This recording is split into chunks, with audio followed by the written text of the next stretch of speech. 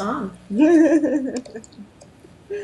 Welcome, welcome, welcome. Thank you so much for joining us for Empowerment today. My name is Latifah Abdullah. I am your host for today. And our guest is Andrea Burnett. And we want to welcome Andrea. Thank you, Andrea, for joining us. Oh, thank you so much for inviting me. I'm really happy to be here.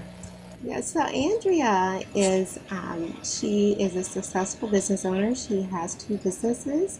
She's a mom, a wife, and I'm so happy to have met her, and she's gonna share some wisdom today around healthy relationships and why, if you're a smart woman, why there is a possibility that you might be able to stay.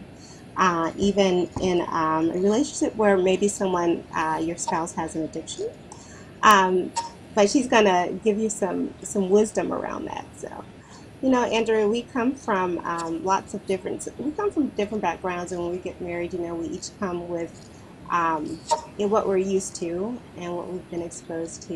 And I just wanted you to share a little bit about how you met your husband. You all have a wonderful, healthy relationship, but share the beginning of how you met your husband.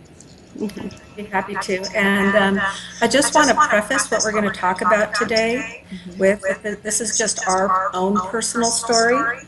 And I have talked to my husband and gotten his permission to share his side of the story with this. So I talked to him beforehand. Okay. So I met him about 32 years ago. I met him at a wedding.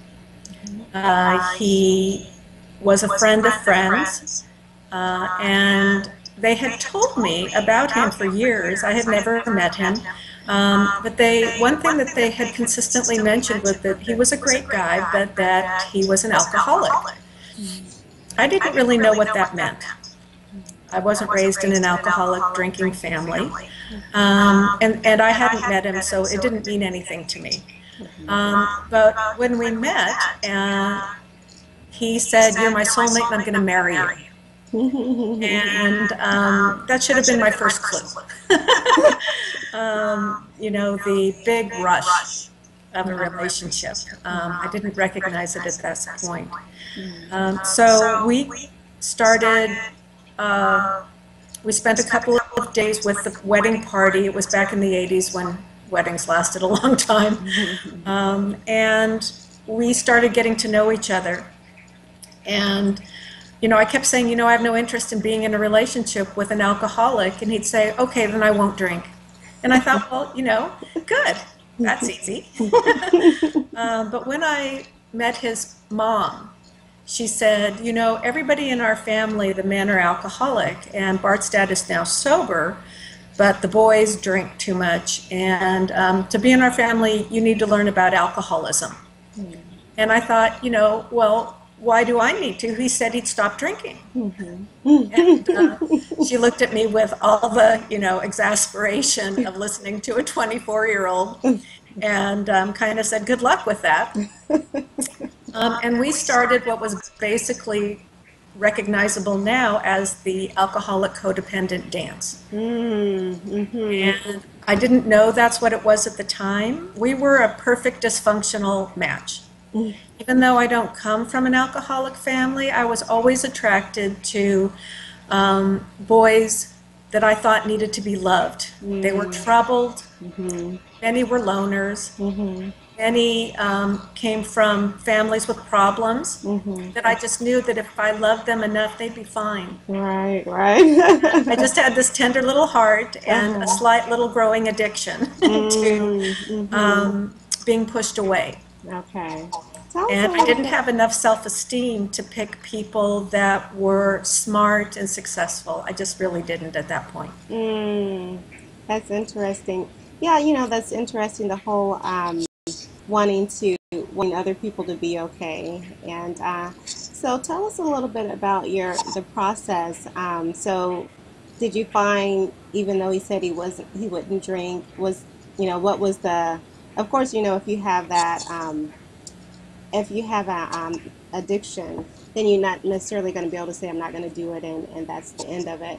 So, what needed to happen, both with the codependency? How did you come to a place where you recognize it as codependency and maybe that you were enabling him? So, tell us about that and then what you did about it. Well, for us personally, his mother-in-law was trying to get me to go to Al-Anon. And Al-Anon is a 12-step program for the families and friends of alcoholics. And I do want to add a quick disclaimer here that I in no way represent Al-Anon. And I'm voluntarily, and my husband has agreed to voluntarily break our anonymity. That's something that we don't do for other people. That's very personal.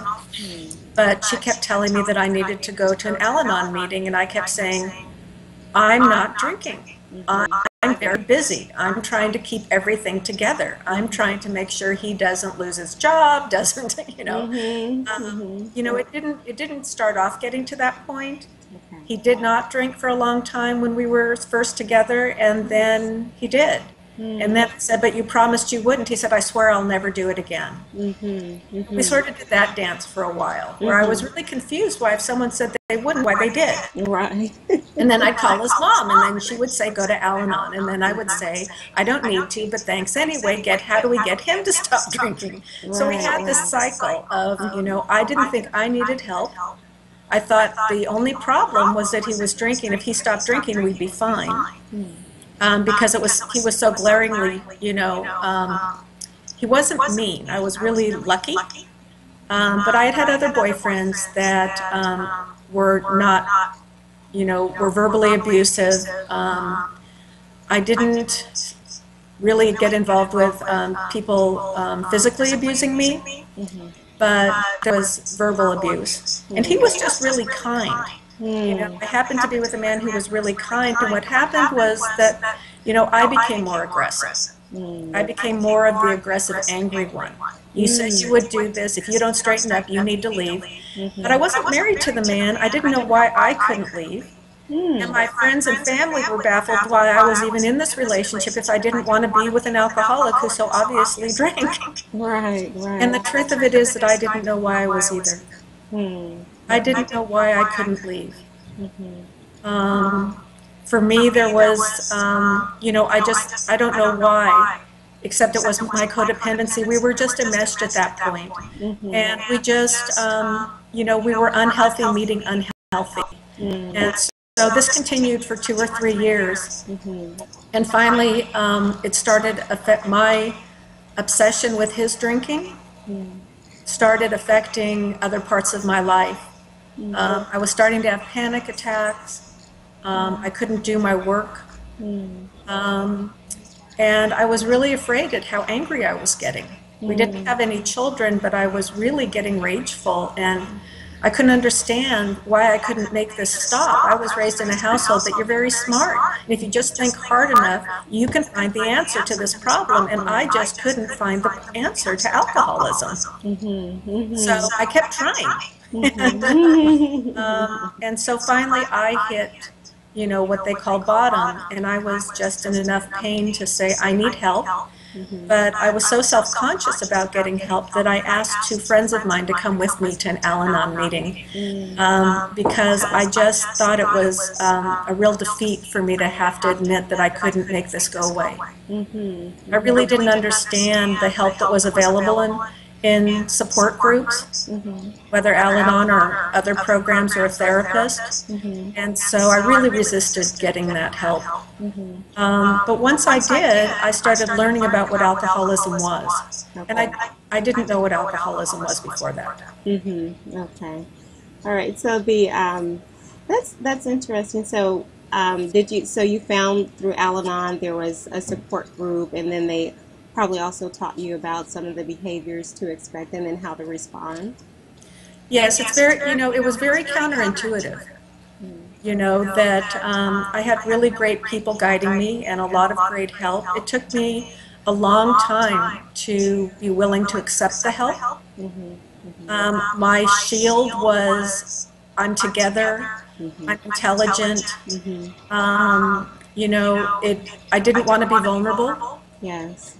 And it took a while for me to trust the people. But what I found out was that I thought this was only going on in my home, but it was going on in lots of homes, and that I wasn't alone, and that there is a certain conversation that gets repeated in every alcoholic codependent relationship. A dance that gets done, and I was so surprised that other people knew the words that I had been told. You know, and were making the threats I was making, and you know, all of those things. So the first thing I felt was relief, was that I wasn't alone and that help was available. And then I just listened for a long time, and then I started to understand that I was the common denominator in the relationships that I had had. I kept thinking people picked me. All these people were attracted to me. And really, it was more I was attracted to them. And so I didn't understand before that what my part was in these codependent alcoholic relationships. So I started to do work on myself. As I started to do work on myself, I started seeing the pattern of my behavior, and I started understanding that there was a difference between love and these relationships. These relationships were more an obsession, addiction on my part than love, but it was what love looked like to me from the home I came from. Okay. So would you say that it was a need to be needed? It was a need to please. Okay. A need to, a desire to transform myself into whatever they wanted me to be. A fear that if I showed my strength and my wisdom and my brains, that I wouldn't be as liked as if I hid it. Interesting. And a desire to rescue someone from pain. What I didn't realize at the time was that I was making a deal with them that I'd never verbalized, which was, if I do everything for you and make your life easy, therefore you will do all of this and be all of that for me. Okay. Yeah, that was... I didn't really think of it that way, but I did. I just didn't verbalize it. I thought, if I can make everything great for you, you're going to so want and appreciate me that you're going to cherish me endlessly, and I would never be left. That's interesting. So at what point, because we're basically talking about wholeness, the process of getting to the point of being whole, because you talked about working on yourself and really to have a healthy relationship, both have to be whole at some point, and I know that it's a process. So from was it like an inner something that prompted you to work on yourself, or was it some of the information you got from Al-Anon?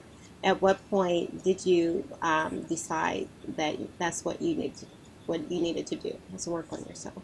Right. Well, the 12-step programs, all 12-step programs have work to do in them. Each step has work to do on it. Step 1, Step 2, Step 3. And I started working those steps with someone who was further ahead of me. And so I had somebody helping me with that, and I just learned everything I could.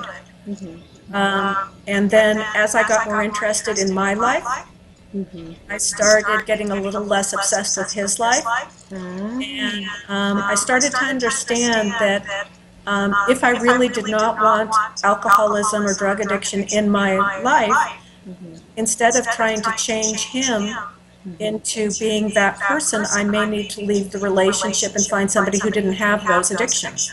And, for me, I was so attached to, I want to be with this person, so I want to make them everything I want in a relationship. That's often that's not possible. People are who they are. And, I love that Maya Angelou's saying that says, when people show you who they are, believe them. Because us codependents have a way of just blanking out on that and saying, well, I see that, but I'm sure they didn't mean it. Okay. or I'm sure they wouldn't do that with me, or they're probably just having a bad day. Instead of, people are usually pretty honest at the beginning of a relationship. We just don't necessarily want to heed the flags that we see. Exactly. Exactly. And then, the whole thing of rescuing people and thinking that, okay, well, that can be fixed, Yes. and also kind of making ourselves the fixer, of course I can fix that. I can And fix that my, anything. yes, and that my self-esteem would come from fixing them. And Mm-hmm. what I learned was that nobody really appreciated that. People kind of resent other people trying to fix them. Mm. They like being rescued in the moment, but they don't really, they kind of resent Uh-huh. people, fixing them and then taking responsibility for fixing them. And, feeling like people owe them. Yeah. So Okay. it's just sort of a bad mix, a bad stew. So, so as I started doing my work, Okay. eventually it came time for me. I mean, this is a long process.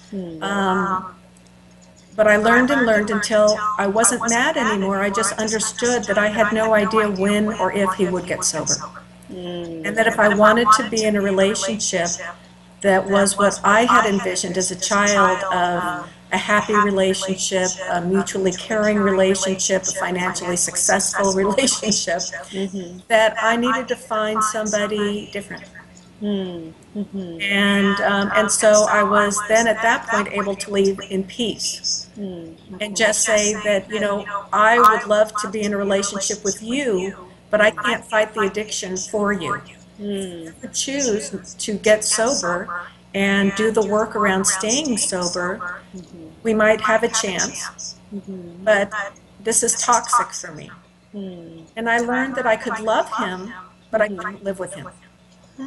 So I had permission to love him. I didn't have to stop loving him. I had to create a safe space for me to live and create the life that I wanted and not keep trying to put the square hole in my round peg. Square peg and round hole, whatever. Right. Yeah. That and accept him for who he was. Okay. And then, a miracle happened, and he got sober. Huh. All without me, which was a big lesson too. It was like God was saying, you know what, sweetie, his victory is going to be his victory, not yours. Your victory is only what you create with your life. Nice. So as I was working on my life, he ended up getting sober, getting into AA, working on himself, and then about 6 months later, we talked and decided to start dating again. Yeah. Okay. Nice. And for him, it was the right time in his life to get sober and to stay sober. Okay. And then we ended up getting married. And he's now been sober 27 years. Wow, very nice. And he's a successful business person also, so that's really great. One of the things that you said is you began to work on yourself, and when you became more interested in your life, then you weren't so concerned about his. And it's really interesting how sometimes we might put our self on hold and maybe our self-care on hold because we're taking care of someone else. So I think, that's a powerful thing. You said that you wanted certain things, even from a little girl, and in order to have that, you may need to step away. But then there was, but it gave him the opportunity, if he really wanted the relationship to work on himself, and at the same time, you're working on yourself. Yeah. So that's great. Yeah. The sometimes it's interesting, the cycle. And why do you think that? Tell us a little bit about the about being an enabler, or just kind of the dance that you were talking about, the codependency dance. So, what types of things would you say enable a person that has an addiction, and maybe causes them not to take responsibility? I would say there's many different ways. One was trying to control his drinking. Okay. One was being a watchdog, trying to figure out how much he drank. One was the kiss and sniff test of trying to figure out if he had been drinking. there's other ways besides noticing the drinking. There's making sure they wake up and get to work on time, so nobody figures out that, they've been drunk and didn't wake up. Mm-hmm. There's financially rescuing people. Mm-hmm. There's it can go as far as getting people out of jail if they end up there. Mm-hmm. It can range in so many ways. It can be as simple as feeding them nutritious meals, Mm-hmm. and as complicated as letting them have access to your finances. Mm-hmm. It That's can be interesting. all the different ways that it can be making it look like nothing's affecting their life. Mm-hmm. Ah, okay, okay. So they Because you're look good taking to the care of it. outside world because you're taking care of all the details that they should be taking care of. Mm-hmm. Mm-hmm. That's a lot, because you already have everything that you need to take care of. You as as an individual, we all have things that we need to take care of, and so to take care of a whole nother person's like a grown person, they're grown in age, or they're not like under 18 like a minor, and but you've kind of like stepped in as a mom or a caretaker or caregiver, and yeah, so they don't really have any responsibility. And that's interesting how you said feeding them nutritious meals, and just things that I wouldn't think of that as something that will cause them as as an enablement. But that's interesting. So tell us a Well, it little all bit. depends on the level of where they're at. Okay. Towards the end of my husband's drinking, Mhm. that's what kept him from hitting a bottom, is that he had food that I made him. Mhm. Mhm. Instead, otherwise he would have just drank all the time. Ah. It's the end of his drinking career. Mhm. Mhm. Other ways that have occurred to me that, I did was that I would make sure that all of his needs were met before mine. Mhm. Mhm. And I was just hyper vigilant Mhm. Mhm. and about what he needed, what he was doing, trying to control Mhm. an adult, which is just impossible. Yeah. I kept trying. Threatening behavior, Mhm. saying, if you don't do this, I'm going to leave, but then being able to follow through on that. Right. Right. Mhm. And the other, I think, probably the most uh, disabling one to me Mhm. was that I was not trusting myself. I was giving all of my power to him and his decision making. Mm. And he was being treated as if he was the healthy, sane lead of the family, Mhm. Mhm. so that we wouldn't get in a fight or whatever. Mhm. Instead of, he's actually the sickest one in the house, and I'm Mhm. right there behind him. Mhm. We give all this power to the sickest one in the house, trying to keep peace in the household. Hmm. That's interesting. Yeah. Yeah. So I really enjoyed connecting with you. I like just the way that, as a businesswoman, a successful businesswoman, how um, both your journey of coming through the journey with your family, and then also as a businesswoman, how you manage your business. I listened to you say, well, you thought about um, I call it quiet time. You were saying how, you have the like an intuition or how to do things in your business. And so that was like a connection for me. It's like, oh, I love that. When you hear what to do and you do it and it prospers your business. So that was one of the reasons why I wanted to connect with you, and then also the journey. And I just think it's so great that you are able to have a healthy family, and the whole process. And the reason why I think it's important to talk about these things is because sometimes, just like you said, when you went to a support group, you were thinking that you were the only one going through. And sometimes, if we're in close circles, or I think sometimes we are silent sufferers, and we think that we are the only ones going through certain things. And if we don't get it out in the open, then we continue to have the silent sufferers. So I think it's really important to talk about these things that sometimes are swept under the carpet and nobody wants to talk about it. It's like hush hush. But I think healing comes when we can talk about it, and then even do something about it. Yeah, I think the action part is imperative. As Yeah, and so you took action. Um, Well, I let's do see. think that there is something.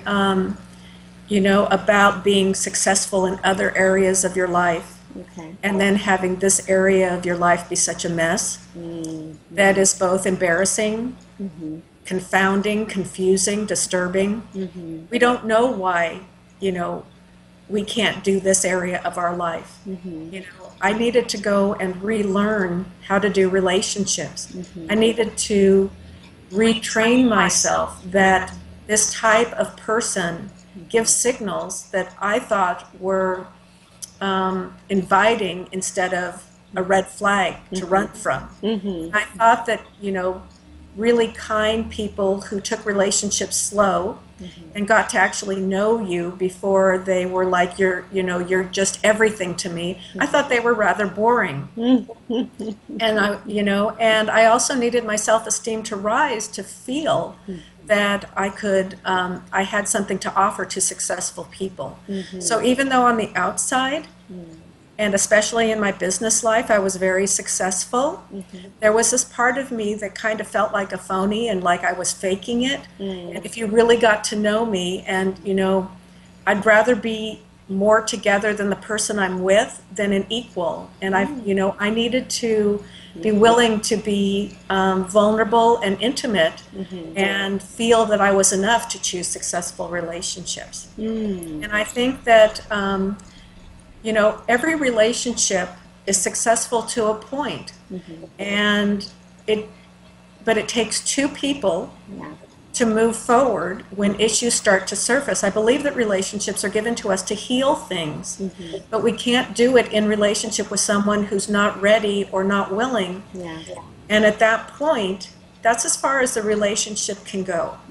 And so whether it's a month, 6 months, 5 years, 20 years, if there's an issue that needs to be resolved for the goodness and the wholeness of the relationship and the family, it takes everybody participating, or that's as far as that group can go. And so it's not a defeat to let it go. Say that one more time. You said it's not a defeat.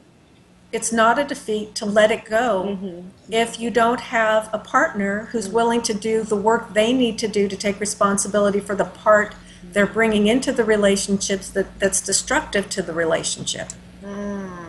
Gosh, I love that. Yeah, otherwise it's one-sided, and seems like it would be a very heavy, where you're kind of like pulling, someone as opposed to, kind of moving forward together. Yeah, that seems like that would be laborious.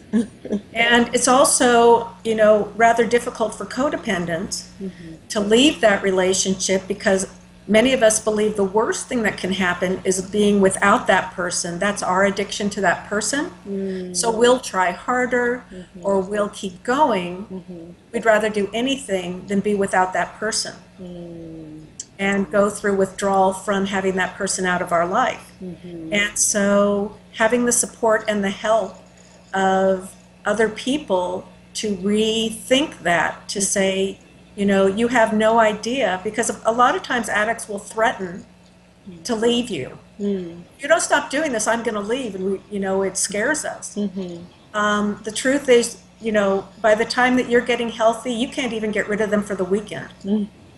But you don't know that when you're caught up in the relationship, because we're all such little kids afraid to be abandoned. And we don't, and by that time our self-esteem is low because they've told us nobody else will want us, and we've heard it enough that, it's in our head. And so we, it's hard for us to leave those relationships at that point. And yet that's where many times our freedom lies. And it's like, oh my God, life is so much easier when you're not pulling somebody along or in drama every day, or trying to control another adult who has no interest in being controlled. And we have to trust that God is listening. And if we're not attached to the face, the relationship can come.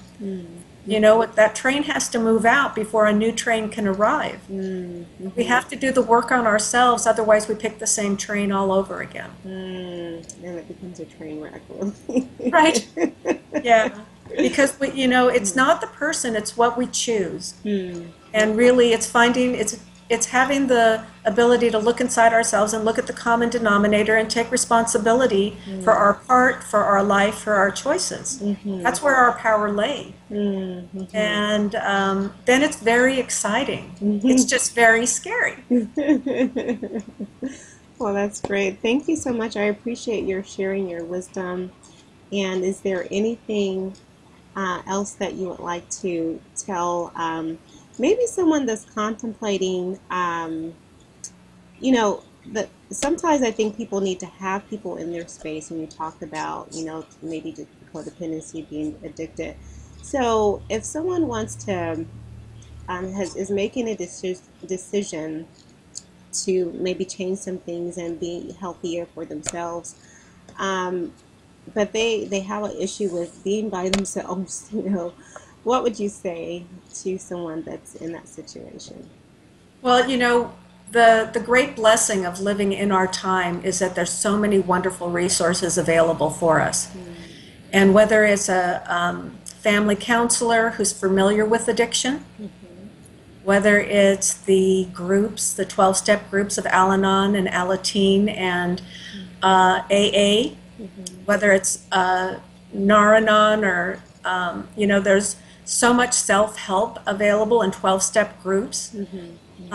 It's reach out, and I would say reach out before you make any decisions, because so many of our decisions at that point are reaction instead of creation. We're not responding, we're reacting. And so there's much we need to learn before it's time to leave. Okay. So that we can take good care, make a good plan, have self-knowledge, have the support team around us. All of those things, I would say don't be afraid, but reach out for help, and allow these wonderful the tools that we have available to us, and be willing to have an open mind. As one of the things that people say in recovery is try 6 different meetings, and if none of them speak to you, we'll be happy to refund your misery. It's you may not feel at home at the first group. You may, but we're not looking for the differences. We're looking for what is similar. We all come from all different walks of life and everything, but there's a lot of love and support between therapists and different groups, and many times it's through your church or your synagogue. We're just so lucky to live in a time that this is not a shameful thing. And many times we don't realize how affected we've been by another person's addiction, how much we've changed, and how fragile we are. Yes. And unconfident and unsure. So I would say explore and Google and ask a friend to take you, or go and know that everybody's been new before, and they want you to feel comfortable. That's great. Yeah, that just I noticed that even in my own journey, that you talked about not noticing how it would change you, and even coming through that, with the spouse that had an addiction, I didn't realize that I really had become a shell of myself. And with the verbal abuse and the whole thing. So I think that's definitely it does change you. So I think it's great to be able to come to yourself and work on yourself, and then reach out to the resources, whether it's one of the organizations or, as you said, your church and your synagogue. So it is a great sense of freedom to be whole and to be healthy. Whether you're in a relationship with the spouse, whether you're married or you're choosing to remain unmarried, it's great just to be healthy and whole. Well, you have no idea about the life that's waiting for you. We call it, getting a great big life. And we don't do it alone. We do it with the love and support of other people who, it may seem like you're walking off a cliff and it's such a huge change, and you need to be around people who have been through it and can help show you it's a small bridge. It's fear, you know, but if you take those small baby steps to get to the other side, you'll realize how big that you made the fear, and that, you know, there's ways to do this and to be around other women who have done this and then have benefited their children. You know, our daughter was the first child who was raised in a sober home. And my husband's generations of families. And, you know, it was by the grace of God that we were given this gift. It doesn't happen for everybody. What does happen for everybody if they go and work on themselves is they get an opportunity to create the life they envision. It doesn't mean necessarily that a marriage can be saved or it won't be, but there is peace and wholeness and self-love. Well, thank you so much, Andrea, for joining us. I really appreciate your time. I respect you, appreciate your wisdom. So thank you so much, and we'll be talking to you soon. Thank you. This is Latifah Abdullah signing off on Empowerment Today. Thank you so much for joining us.